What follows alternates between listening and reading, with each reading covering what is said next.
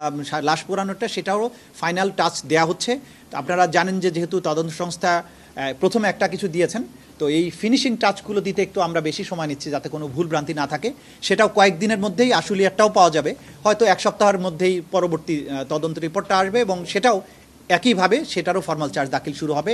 আশা করছি চানখারপুল এবং আশুলিয়া দুটো মামলার বিচার কার্য প্রায় একই সময়ে শুরু করা সম্ভব হবে। পলাতকের ব্যাপারে যেটা আইন অনুযায়ী আমরা ব্যবস্থা গ্রহণ করব, যেগুলো যাদের বিরুদ্ধে ইন্টারপোলের নোটিশের জন্য আমরা অনেকগুলো পাঠিয়েছি, বাকি যারা আছে ইন্টারপোলের কাছে তখনই পাঠাতে হয় যখন নিশ্চিত হওয়া যায় তারা দেশের বাইরে আছে।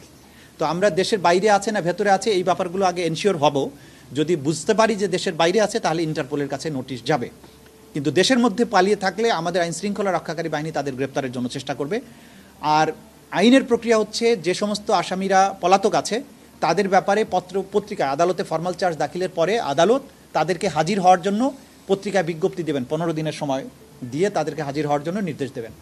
ওই সময়ের মধ্যে তারা হাজির না হলে তাদের জন্য রাষ্ট্রপক্ষ থেকে স্টেট ডিফেন্স লয়ার নিয়োগ করা হবে এবং নিয়োগ করার মধ্য দিয়েই আনুষ্ঠানিক বিচারের যাত্রা শুরু হবে।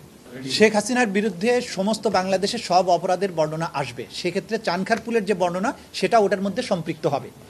এটা যেমন অ্যালোন চানখারপুলের ঘটনা, শেখ হাসিনার বিরুদ্ধে চানখারপুলের যে অভিযোগগুলো আসছে সেগুলো তার অভিযোগের সাথে যুক্ত হবে, তার সাথে যাত্রাবাড়ি যুক্ত হবে, নরসিংদী যুক্ত হবে, রংপুর যুক্ত হবে, এইভাবে বাংলাদেশের সব কিছু যুক্ত হবে এবং সেটা সুপিরিয়র কমান্ড রেসপন্সিবল।